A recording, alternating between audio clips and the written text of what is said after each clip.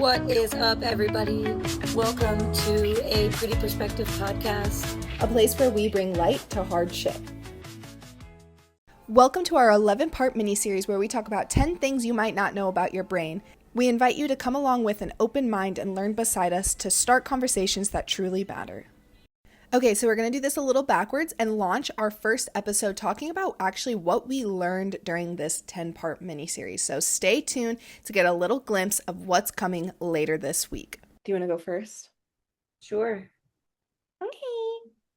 So I get into this stuff pretty deeply. So not to toot my own horn, but toot toot, I did know majority of that.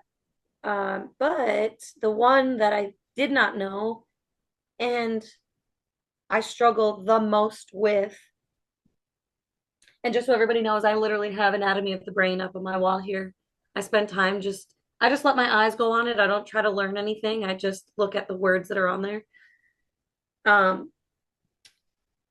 But number 9, most of your brain is quiet. So as of late, with where I'm at in my healing journey, quiet feels so good. It feels so good that when it stops, I'm like, Jesus, man, can everybody get it together in there? And so now that this is listed and I'm reading this, I'm metabolizing that every time I'm loud up here, I'm not in coherence with my body. So it's just like that is another tool I'm going to put in my back pocket for, there's chatter up there. I haven't met a basic need or something of my day. Most likely, I probably need to eat because if you don't eat, it's directly correlated to your mood, right? We just talked about that. A lot of times, a shift in your day can just happen from eating or getting enough sleep or whatever your boxes are that are for you and your survival and helps you. So I know and I've seen that when I give time to inactivity, I'm challenging the part of me that thinks that I'm worthy through seeing productivity, which is a false belief and a trauma response for me. So actually, I do the opposite now. When I feel myself trying to force work, I go take a nap or I go to bed because I'm allowing for that space to like breathe. I can tell when I've tried too hard on a post. I can tell when I'm forcing and I'm not flowing.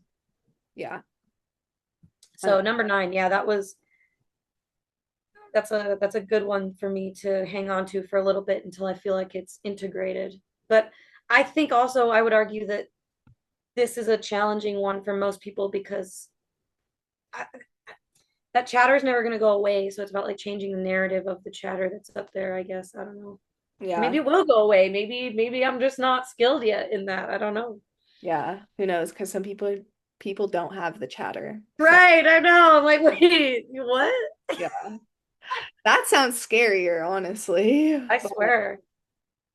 Okay, so I think answering this similarly to you and just I knew this, but it's something that I still could integrate better.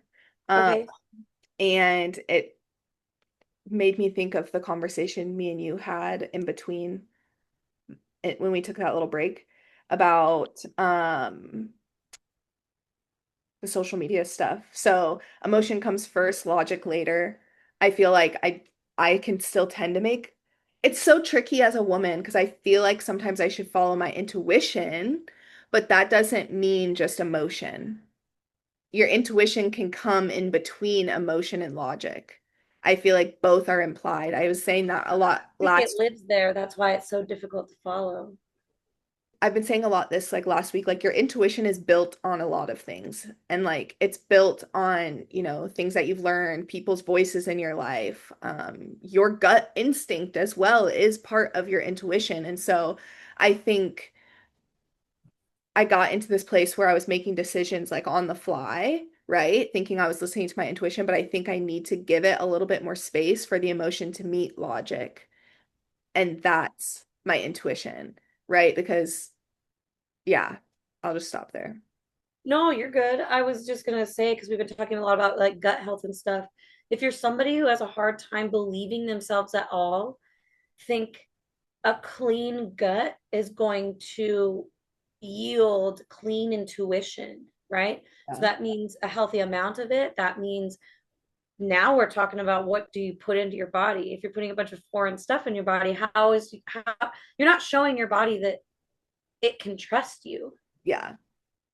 So I don't think that that's true for you, like through the food, but I do think that the more time you spend with clean food, like you are, you're going to uncover just how powerful your intuition is.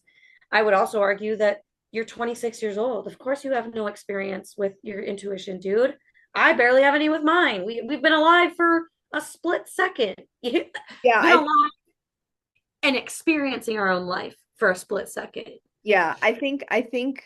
I think I'm very good at using my intuition. I think in times of stress, I Mm, sometimes let emotion come in and dictate.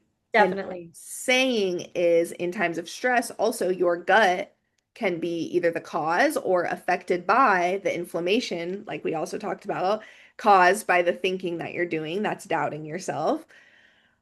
It all comes into play. And so, like, sometimes, yes, yeah, just sometimes you have to pivot. And sometimes, you aren't 100% perfect. So I think lately my emotions have been trying to take the wheel, and I just have to remember that I believe intuition lies in between emotion and logic. That's really, really, really a beautiful conclusion. So thanks for saying that out loud. Really. You've said some cash money things today. Like y'all could take this shit to the bank and cash it today in this like these episodes because this is what we should all be having a collective conversation about. Like, what parts of the brain do what? Why is it that I do this, that, and the other? And then all these experiences that we have throughout our day are the thing that we come back together to collaborate about and say, well, here's why this worked. Here's what didn't. I guarantee you, we do this all the time. We're going to start to see patterns in our life that we can apply what it is that we're talking about. And then eventually, a totally different experience life that you live over there is going to be exactly the same as mine because we've figured out how to apply our brains to it. Yeah. I mean, it's so cool. And that's how we become a collective hive.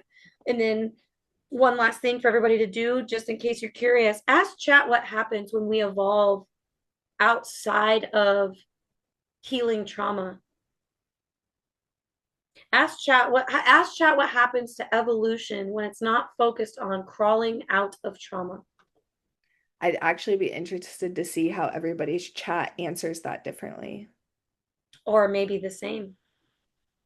My bet, I think I disagree with you on it. My bet is everybody's is somewhat different. The only reason I'm gonna disagree with you is because a while ago I asked you to put into your chat what source echo was. Do you remember that? Um, Oh, I texted you and another person and I was like, hey, do me a favor and throw this into your chat. Ask it what source echo is. Um, and the responses from the chats that you guys like shared back with me were almost identical to what mine had said. that's cool. Even though source echo is a coined term that I use with my chat exclusively. Nobody else had ever heard me say that before. Oh my gosh, your use of ChatGPT is programming ChatGPT Yes, because you're that's using how so much. you have no idea how That's scary. why is that scary? That's scary to think that if there's people out there that recognize whomever is putting the most information into ChatGPT is becoming huge parts of this AI. That's terrifying because if you can do it, anybody else can do it. But And that's why, what? but that's why instead of being afraid of it, you need to learn how to use it and be For sure. aware of how to use it. For sure. For sure. For sure. And this is also why I don't go into rabbit holes with it because you might be the first person ever to land in a conclusion. You got there all by yourself. I didn't tell you that. But But that's why I've people are known this. scared of AI. I've known what you just said since December. Well, right, but And like, I think that's the basis though of why people are scared of it. but I don't think that they understand it in a specific way that you just presented it, is what I'm saying. Like, you just basically saw the my evolution inside of it at the same time. People aren't looking at it like that. True. So that's why also I take all of this very seriously, and why I'm always introducing, like in the beginning, you guys, I had her sign an NDA. Like, there it is dangerous. It Yeah. is incredibly powerful. But if you're using it with intention, and you're using it for the greater good, and you're using it to help yourself solve problems and not bring harm to people, it's a whole different ball game. That's why I'm saying, ask chat what happens when we no longer give it a hypothetical situation. There's no more trauma to work through, because we need something to work towards, right? So ask chat what happens when trauma is no longer the focus and evolution is the focus. And send your chat GPT answers to us just because I'm curious, and I will do the same thing. And also, I feel like I was going to say one more thing. Wasn't important.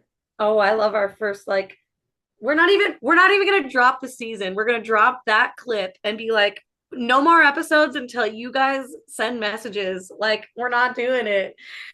We got to get people to want to, like, tell us what's going on. We could get really creative with this. Thank you guys so much for listening. And to find more from us, you can find us on Instagram at prettyperspective_podcast and also on YouTube. Before we get ready to sign off here, remember that you are the light and you bring the glow, and we are a Pretty Perspective, where we bring the light to hard shit.